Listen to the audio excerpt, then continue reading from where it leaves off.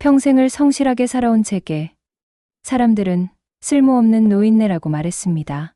이것은 제 마지막 자존심을 지키기 위한 고독한 싸움에 대한 이야기입니다. 오늘 이야기가 여러분의 마음에 작은 울림을 주었다면 주인공 김영수님의 새로운 시작을 응원하는 마음으로 구독과 좋아요 부탁드립니다. 여러분의 따뜻한 응원이 더 좋은 이야기를 만드는 가장 큰 힘이 됩니다. 시계 초침 소리가 유난히 크게 들리는 아침이었다. 김영수는 식탁에 놓인 우편물들 사이에서 유독 얇고 빳빳한 봉투 하나를 물끄러미 내려다보았다. 국민연금공단. 그 6글자가 지난 30년간의 직장 생활을 압축하고 동시에 앞으로의 남은 생을 규정하는 듯했다. 평생을 기계 부품 회사에서 성실 하나로 버텨왔다. 남들처럼 번듯한 직함은 아니었어도 김영수 부장이라는 명패는 그의 자부심이자 가족을 지키는 방패였다. 하지만 정년퇴직이라는 4글자 앞에서 그 모든 것은 신기루처럼 흩어졌다. 여보, 이거 가지고는 아무래도 빠듯하겠지? 아내 숙자가 설거지를 하다 말고 그의 어깨 너머로 고지서를 들여다보며 나지막이 말했다. 애써 담담한 척했지만 목소리에 섞인 가느다란 불안까지 감출 수는 없었다. 김영수는 헛기침을 하며 신문을 펼쳐들었다. 아내의 말대로였다. 자식들 결혼시키고 나니 수중에 남은 것은 이 작은 아파트 한 채와 퇴직금 일부뿐. 매달 꼬박꼬박 들어오는 연금은 두 사람의 병원비와 생활비를 감당하기엔 턱없이 부족했다. 내가 뭐라도 좀 알아볼까 봐. 결국 그가 먼저 입을 열었다. 경비원 자리라도 알아볼 요량이었다. 숙자는 고무장갑을 벗으며 그의 맞은편에 앉았다. 그리고는 며칠간 고민한 듯 조심스럽게 말을 꺼냈다. 저기 우리 동네 햇살 어린이집에서 조리보조 구한다는데. 어린이집. 평생 기계만 만지던 그와는 어울리지 않는 단어였다. 애들 밥 해주는 일이라 힘들지 않고 시간도 딱 점심때까지만 하면 된대요. 그래도 집에만 있는 것보다는 낫지 않겠어요? 아내의 말에는 거절하기 힘든 온기가 담겨 있었다. 아이들, 손주들을 떠올리자 굳어있던 그의 얼굴에 희미한 미소가 번졌다. 시끄럽고 정신없겠지만 아이들의 웃음소리를 들으며 소일거리를 하는 것도 나쁘지 않겠다는 생각이 들었다. 그래, 내가 못할 게 뭐 있겠어. 평생을 일해온 사람인데. 그렇게 그의 2번째 직장이 결정되었다. 나도 아직 쓸모있는 사람이다. 스스로에게 되뇌는 다짐 속에는 새로운 시작에 대한 설렘과 함께 가장으로서의 책임을 계속 지고 싶다는 절박함이 섞여 있었다. 첫 출근 날 아침, 김영수는 오랜만에 옷장 깊숙이 넣어두었던 와이셔츠를 꺼내 다렸다. 팽팽하게 날이 선 옷깃이 마치 그의 마음 같았다. 현관을 나서는 그의 등을 보며 아내가 웃었다. 첫 출근 축하해요, 영수 씨. 30년 전 신입사원 시절로 돌아간 듯한 어색함과 묘한 흥분이 가슴을 채웠다. 햇살 어린이집은 이름처럼 아침 햇살이 가득한 곳이었다. 울긋불긋한 담벼락 너머로 아이들의 왁자지껄한 웃음소리가 새어나왔다. 원장은 상냥한 미소로 그를 맞았다. 어르신, 오셨군요. 아이들이 할아버지가 해주시는 밥이라며 좋아하겠어요. 듣기 좋은 말이었지만 그녀의 눈은 웃고 있지 않았다. 그녀는 쉴 틈 없이 그를 주방으로 이끌었다. 주방은 생각보다 훨씬 비좁았다. 가정집 부엌보다 조금 더 큰 공간에 성인 2사람이 서 있자 옴짝달싹하기 어려울 정도였다. 먼저 와 있던 중년의 조리사가 무심한 눈초리로 그를 한번 훑어보고는 고갯짓으로 인사했다. 오늘부터 같이 일하실 김영수 아버님이세요. 잘 좀 가르쳐드려요. 박 여사. 원장의 말에는 가르치라는 지시와 함께 일 처리를 제대로 하라는 은근한 압박이 담겨 있었다. 어르신, 이쪽 감자랑 당근 좀 썰어주세요. 볶음밥에 들어가게 잘게 다져야 돼요. 박 여사의 말에 김영수는 자신 있게 칼을 잡았다. 집에서 가끔 김치찌개 정도는 끓여봤으니 채소 써는 것쯤이야 문제없을 거라 생각했다. 하지만 수십 명 분량의 단단한 감자와 당근은 그의 손목을 금세 뻐근하게 만들었다. 곁눈질로 본박 여사의 손놀림은 기계처럼 빠르고 정확했다. 그에 비해 자신의 칼질은 한없이 더디고 투박했다. 등줄기로 식은땀이 흘렀다.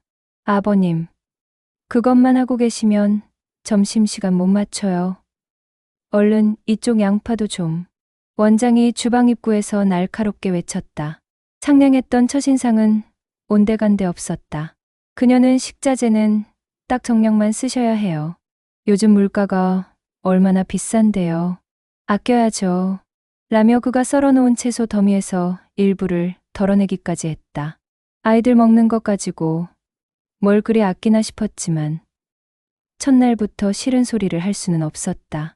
오전 내내 그는 쉴 틈 없이 움직였다. 채소를 다듬고 쌀을 씻고 거대한 솥에 끓는 국을 젓고 배식판을 나르고 정신을 차렸을 때 점심시간은 끝나 있었다. 아이들을 돌보며 소소한 보람을 느낄 것이라는 기대는 사치였다. 그는 주방 창문 너머로 보이는 아이들의 얼굴조차 제대로 마주할 시간이 없었다. 숨 돌릴 틈도 없이 설거지 더미가 산처럼 쌓였다. 김영수가 허리를 두드리며 그릇을 닦고 있을 때 한 학부모가 주방 문을 불쑥 열었다. 아이를 데리러 온 엄마였다. 그녀는 주방 안을 위아래로 훑어보더니 김영수의 땀에 젖은 얼굴을 보고는 미간을 살짝 찌푸렸다. 마치 못 볼 것을 봤다는 듯한 그 미묘한 표정. 김영수는 순간 얼굴이 화끈거리는 것을 느꼈다. 아버님, 설거지 다 하시면 저기 창고에 있는 재활용 쓰레기 분리 좀 부탁드릴게요. 내일 아침까지 꼭 해두셔야 해요. 원장은 당연하다는 듯이 추가 업무를 지시하고는 사무실로 사라졌다. 창고에 쌓인 쓰레기 더미 앞에 서자 괜히 시작한 건 아닐까 하는 두려움이 파도처럼 밀려왔다. 퇴근길, 발걸음은 천근만근 무거웠다. 아침의 설렘은 온데간데 없고 온몸이 쑤시는 고통과 낯선 수치심만이 남았다. 집 앞에서 그는 잠시 걸음을 멈추고 옷매무새를 가다듬었다. 피곤한 기색을 아내에게 들키고 싶지 않았다. 아직은 괜찮다고 말해야 했다. 첫날의 고단함은 결코 일시적인 적응의 문제가 아니었다. 시간은 화살처럼 흘러 한 달이 지났지만 김영수의 몸은 여전히 새벽마다 낯선 통증을 호소하며 잠에서 깨어났다. 새로운 시작이라는 설렘은 달아 없어지고 묵직한 책임감과 피로가 그의 어깨를 짓눌렀다. 이제 그는 눈을 감고도 주방의 동선을 그릴 수 있었고 각 여사의 눈빛만 봐도 다음에 해야 할 일이 무엇인지 알아챌 수 있게 되었다. 하지만 익숙함이 업무의 강도를 줄여주지는 않았다. 아이들의 아침 간식을 시작으로 점심 급식, 오후 간식까지 하루 3번의 식사를 준비하는 일은 습사 전쟁과도 같았다. 수십 개의 작은 입들을 만족시키기 위해 그의 손은 쉴 틈이 없었다. 뜨거운 불 앞에서 국을 젓고 쉴 새 없이 채소를 썰고 뜨거운 식판을 나르다 보면 온몸은 땀으로 흠뻑 젖었다. 처음에는 주방 일만 하면 될 줄 알았지만 그의 업무는 서서히 문어발처럼 영역을 넓혀갔다. 점심시간이 끝나면 산더미 같은 설거지가 그를 기다렸고 아이들이 낮잠을 자는 시간에는 주방 바닥 청소와 음식물 쓰레기 처리가 그의 몫이 되었다. 원장은 아버님은 손이 야무지시니 창고 정리도 좀 부탁드린다며 교묘하게 일을 떠넘겼고 그는 거절하지 못했다. 가장 힘든 것은 원장의 끝없는 절약 정신이었다. 그녀는 매일 아침 주방을 순찰하며 식재료의 양을 점검했다. 아버님, 멸치를 너무 많이 넣으셨네. 국물만 내고 건져내면 되는데 아이들 카레에 고기는 이만큼이면 충분해요. 채소를 듬뿍 넣으면 되죠. 그녀의 지시는 아이들의 영양보다 원가의 절감을 우선하는 듯했다. 김영수는 성장기 아이들에게 좋은 것을 먹이고 싶은 마음에 몇 번이고 반론을 제기하려 했지만 그때마다 원장은 제가 이 바닥 전문가라며 그의 입을 막았다. 결국 사달이 났다. 원장의 지시대로 고기 양을 줄이고 채소만 듬뿍 넣은 짜장밥이 점심 메뉴로 나간 날이었다. 아이들은 귀신같이 맛의 차이를 알아챘다. 평소보다 훨씬 많은 양의 밥이 잔반통에 버려졌다. 김영수는 아까운 음식을 보며 속상한 마음을 달래고 있는데 하원 시간에 맞춰 아이를 데리러 온 한 젊은 엄마가 그를 복도에서 붙잡았다. 어르신이 오늘 점심 만드셨어요? 우리 애가 밥이 맛이 없어서 거의 다 남겼다는데 신경 좀 써주셔야죠. 안 그래도 입이 짧은 애인데. 그녀의 목소리에는 노인을 대하는 미묘한 하대와 함께 자신의 아이가 제대로 대접받지 못했다는 불쾌감이 섞여 있었다. 김영수는 얼굴이 화끈 달아올랐다. 원장의 지시 때문이었다고 변명하고 싶었지만 그럴 수는 없었다. 그는 그저 죄송합니다. 다음부터는 더 신경 쓰겠습니다. 라며 고개를 숙이는 수밖에 없었다. 단지 음식을 남겼다는 이유로. 그는 아이의 식습관까지 책임져야 하는 무능한 늙은이가 되어 있었다. 꼿꼿하게 세우고 살았던 그의 자존심에 서서히 금이 가기 시작했다. 몸의 통증은 점점 선명한 신호가 되어 다가왔다. 특히 한평생 튼튼하다고 자부했던 허리가 문제였다. 무거운 식재료 상자를 나르고 낮은 개수대에서 허리를 숙여 설거지를 하는 일이 반복되자 허리는 시도 때도 없이 삐걱거렸다. 밤에는 누적된 피로 때문에 잠을 설치기 일쑤였고 아침에 일어나면 손가락 마디마디가 뻣뻣하게 굳어 주먹이 잘 쥐어지지 않았다. 그는 아내 몰래 약국에서 파스를 사다 붙이고 진통제를 삼키며 하루하루를 버텼다. 그럼에도 그가 이 일을 그만두지 못하는 이유가 있었다. 바로 아이들의 웃음이었다. 서툰 솜씨로나마 정성껏 과일을 깎아내어주면 아이들은 할아버지 최고라며 엄지를 치켜 세워 주었다. 점심시간이 끝나고 지쳐있을 때면 작은 손으로 그의 다리를 토닥이며 할아버지 힘내세요 하고 외치는 아이도 있었다. 그 순수한 격려와 웃음소리는 그의 모든 고통과 수모를 잠시나마 잊게 해주는 유일한 진통제였다. 하지만 그 약효는 점점 짧아지고 있었다. 아이의 웃음 뒤에는 학부모의 날카로운 눈초리가 있었고 잠깐의 보람 뒤에는 원장의 불공정한 지시가 기다리고 있었다. 그의 마음속에서는 아이들을 향한 따뜻한 애정과 부당한 대우에 대한 차가운 분노가 위태롭게 교차했다. 저울은 서서히 분노 쪽으로 기울고 있었다. 육체적 고통과 정신적 모멸감이라는 짐은 그의 등 위에서 점점 더 무겁게 불어나고 있었다. 여름은 가혹한 채찍처럼 도시를 내리쬐었다. 아스팔트는 녹아내릴 듯 이글거렸고 에어컨 실외기에서 뿜어져 나오는 후텁지근한 바람이 공기를 무겁게 짓눌렀다. 김영수에게 여름은 더욱 잔인했다. 아이들이 뛰노는 교실에는 시원한 에어컨이 쌩쌩 돌아갔지만 환풍기 하나에 의지한 비좁은 주방은 그야말로 찜통이었다. 펄펄 끓는 솥에서 올라오는 증기와 기름 튀는 열기가 더해져 숨을 쉴 때마다 뜨거운 쇳물을 들이켜는 듯했다. 그날따라 유난히 몸이 무거웠다. 아침부터 머리가 지끈거리고 속이 울렁거렸다. 대수롭지 않게 여기려 했지만 시간은 그의 편이 아니었다. 점심 급식을 준비하며 불 앞에 서자 어지럼증은 더욱 심해졌다. 윙윙거리는 환풍기 소리가 이명처럼 귓가를 파고들었고 눈앞이 순간 흐려졌다 선명해지기를 반복했다. 그는 잠시 벽에 몸을 기댄 채 가쁜 숨을 몰아쉬었다. 어르신, 괜찮으세요? 안색이 안 좋으신데. 박 여사가 드물게 걱정스러운 얼굴로 물었다. 김영수는 억지 미소를 지으며 손을 내저었다. 괜찮아요. 그냥 더위를 좀 먹었나 봅니다. 약한 모습을 보이고 싶지 않았다. 이까짓 더위 하나 이겨내지 못하는 나약한 늙은이로 보일까 두려웠다. 그는 다시 거대한 국솥 앞으로 다가가 국자를 집어들었다.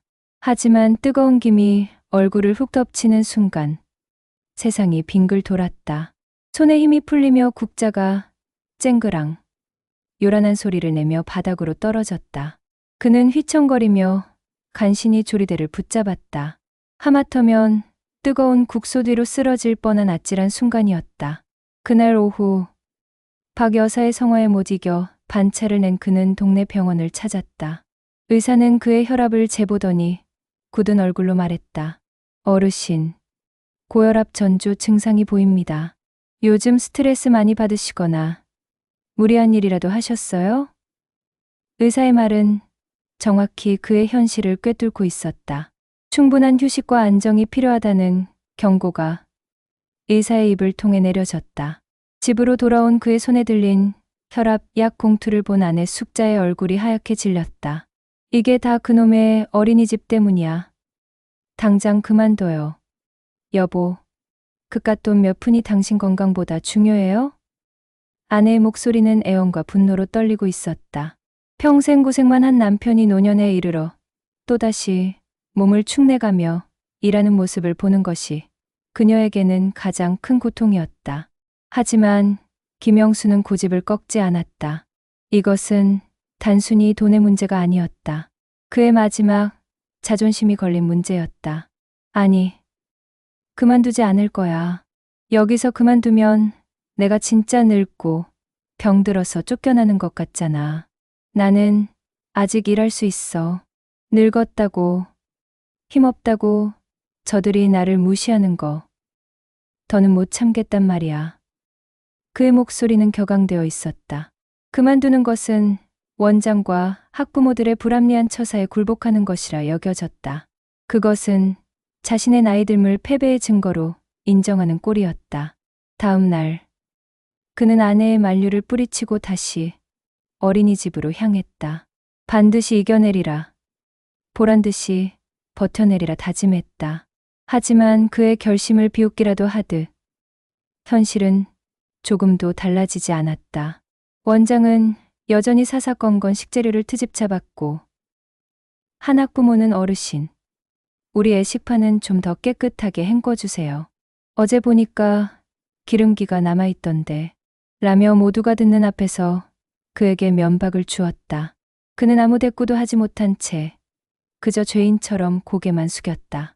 그 순간 그의 머릿속에서 무언가 툭 하고 끊어지는 소리가 났다. 건강을 해쳐가면서 아내의 눈물까지 외면하면서 내가 지키려 했던 자존심은 대체 무엇이었을까? 아무리 버텨봤자 이곳에서 자신은 그저 실수투성이의 늙은 조리 보조원일 뿐이었다. 존중은커녕 하찮은 사람 취급을 받는 이 자리에서 이토록 비참하게 서 있어야 할 이유가 과연 있는 것일까? 아이들의 웃음소리가 더는 위로가 되지 않았다. 그 웃음 뒤에 가려진 어른들의 차가운 시선이 그의 심장을 더욱 아프게 찔렀다. 더는 버티기 어렵다. 그의 마음속에서 단단했던 결심의 벽에 서서히 균열이 가기 시작했다. 무너져 내리는 것은 시간 문제였다. 무너진 자존심의 파편들을 애써 끌어모아 출근하는 날들이었다. 이제 김영수는 더 이상 버텨내겠다거나 이겨내겠다는 생각을 하지 않았다. 그는 그저 기계처럼 정해진 시간 동안 주어진 일을 처리하고 집으로 돌아오는 하루살이 인생을 살고 있었다.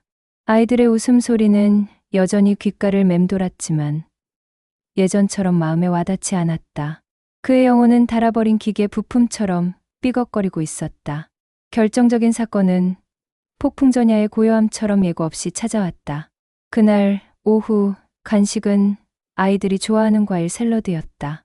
김영수는 혹여나 탈이 날까 싶어 평소보다 더 꼼꼼하게 과일을 씻고 정성껏 잘라 그릇에 담았다.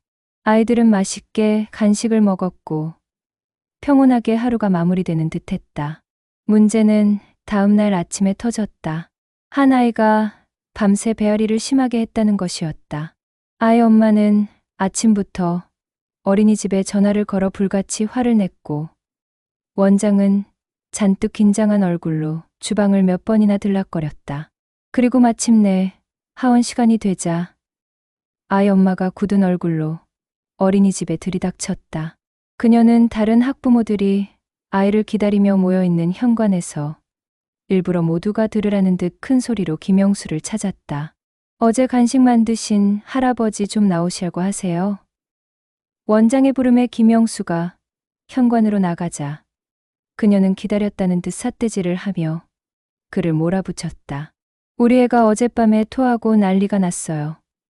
병원 갔더니 상한 음식 먹은 것 같다고 하고요. 어제 먹은 거라곤 어린이집 간식밖에 없는데. 대체 음식을 어떻게 관리하시는 거예요?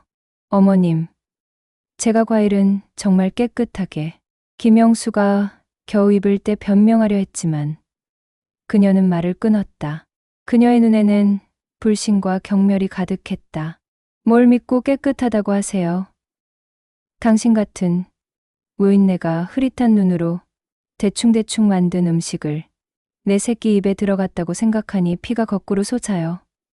당장 책임지세요. 노인네. 그 한마디가 비수처럼 김영수의 가슴에 박혔다. 주변에 있던 다른 학부모들의 동정과 호기심이 뒤섞인 시선이 그를 더욱 비참하게 만들었다. 온몸에 피가 얼굴로 쏠리는 듯한 뜨거운 수치심. 그는 마지막 희망을 걸고 자신을 변호해줄 유일한 사람, 원장을 바라보았다. 하지만 원장은 그의 편이 아니었다. 그녀는 성난 학부모를 진정시키는 것이 급선무였다.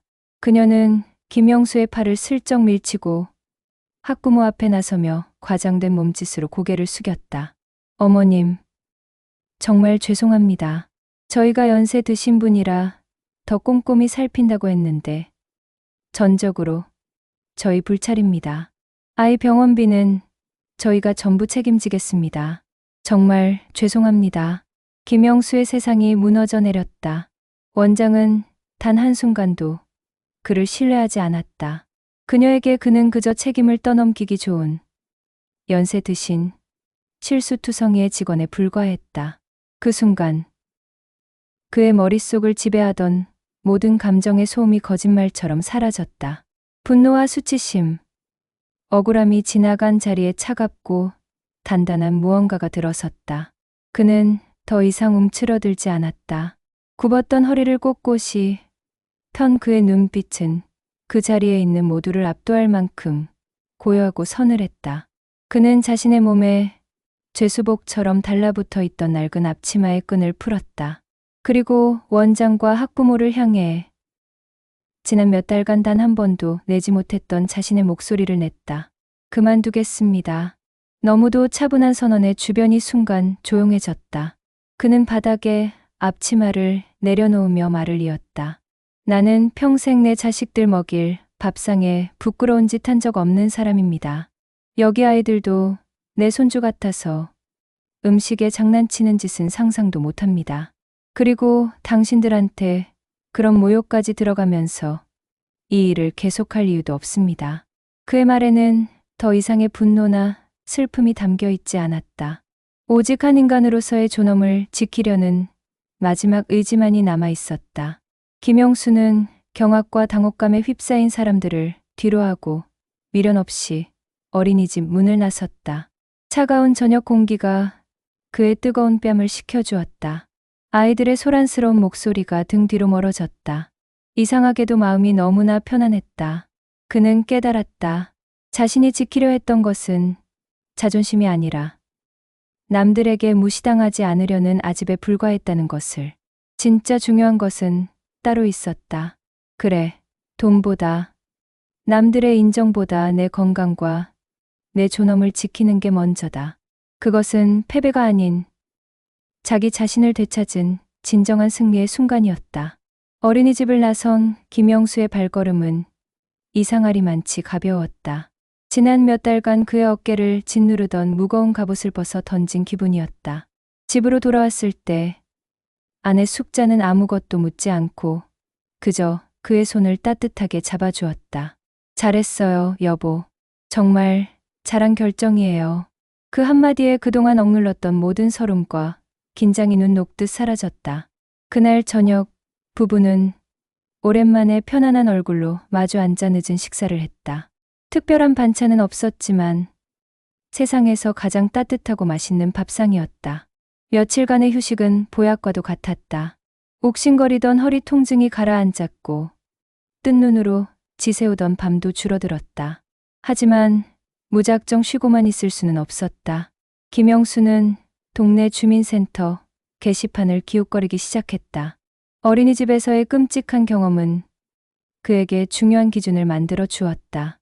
돈을 많이 버는 일도 남들에게 번듯해 보이는 일도 아니었다. 오직 두 가지, 몸에 무리가 가지 않을 것과 마음이 다치지 않을 것. 그러던 어느 날 동네 도서관 게시판에 붙은 작은 모집 공고가 그의 눈에 들어왔다. 도서관 자료정리 단기 아르바이트 모집, 주 3일, 하루 4시간 근무.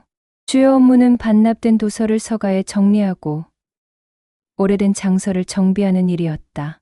망설일 이유가 없었다. 도서관은 어린이집 주방과는 전혀 다른 세상이었다.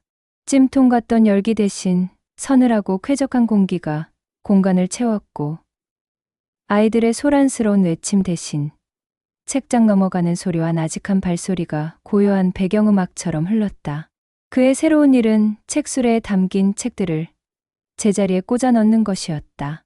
숫자와 기호에 맞춰 책을 정리하는 일은 평생을 기계와 씨름하며 규격과 순서를 중요시했던 그에게 꼭 맞는 옷처럼 편안했다. 누구도 그를 재촉하거나 감시하지 않았다. 그는 자신만의 속도로 꼼꼼하고 정확하게 책들을 제자리로 돌려보내는 고요한 의식을 치렀다. 수입은 어린이집의 절반에도 미치지 못했다. 하지만 그는 훨씬 더 많은 것을 얻었다. 오후 2시면 그의 일과는 끝이 났다. 그는 더 이상 녹초가 된 몸을 이끌고 집으로 향하지 않았다. 가벼운 발걸음으로 시장에 들러 아내가 좋아할 반찬거리를 사는 여유도 생겼다. 저녁에는 아내와 마주 앉아 오늘 있었던 소소한 일들을 이야기하며 함께 웃었다. 잃어버렸던 부부의 저녁 시간이 돌아온 것이다. 가장 큰 변화는 그의 마음에서 일어났다. 도서관 한편에 마련된 어린이 자료실. 그곳에서 아이들은 엄마 무릎에 앉아 그림책을 보거나 조용히 책을 읽고 있었다. 김영수는 서가를 정리하다 말고 잠시 그 모습을 바라보곤 했다. 아이들의 웃음은 여전히 예뻤다. 하지만 이제 그는 그 웃음을 아무런 부담 없이 그저 순수한 미소로 바라볼 수 있었다. 그들에게 맛있는 밥을 해줘야 한다는 책임감도 학부모의 날카로운 평가에 대한 두려움도 없었다. 어느 날 오후 낡은 책의 먼지를 털어내던 김영수는 문득 유리창에 비친 자신의 모습을 보았다. 주름은 더 깊어졌고 머리는 희끗했지만 그곳에는 어린이집에서 일하던 초라하고 위축된 노인이 아닌 평온하고 단단한 눈빛을 한한 남자가 서 있었다. 그는 그 순간 모든 것을 깨달았다. 그래, 늙은 게 아니었어. 단지 나에게 맞지 않는 무거운 옷을 억지로 입고 있었을 뿐이야. 그는 더 이상 자신의 나이를 탓하지 않았다. 어린이집에서의 실패는 자신의 무능함이나 늙음 때문이 아니었다. 그저 자신과 맞지 않는 환경과 일이었을 뿐이라는 것을 온전히 받아들이게 된 것이다. 그 후 김영수는 동네 사랑방의 인기 상담사가 되었다. 정년 퇴직 후 새로운 일자리를 구하다 어려움을 겪는 또래 친구들이 그를 찾아와 하소연을 늘어놓았다. 한 친구가 아파트 경비 일을 시작했다가 입주민의 모욕적인 언사에 상처받은 이야기를 털어놓자 김영수는 따뜻한 커피를 건네며 자신의 경험을 나누었다. 이 사람아, 우리 나이에 돈이 전부는 아니야. 자식들 다 키워놓고 이제 우리 자신을 돌봐야 할 때라고. 그깟 돈 몇 푼에 건강 버리고 마음까지 다쳐가면서 살 이유가 하나도 없어. 자네가 못나서 그런 대우를 받는 게 아니야. 그저 그 자리가 자네에게 맞지 않는 것뿐이지. 우리 이제부터라도 우리 몸과 존엄을 지킬 수 있는 일을 찾아보세. 그게 진짜 노년을 잘 사는 방법이야. 그의 말에는 뼈아픈 경험을 통해 얻은 깊은 지혜와 따뜻한 위로가 담겨 있었다. 그는 이제 자신의 삶에 맞는 새로운 균형을 찾았고 그 균형 속에서 비로소 진정한 행복과 마주하고 있었다.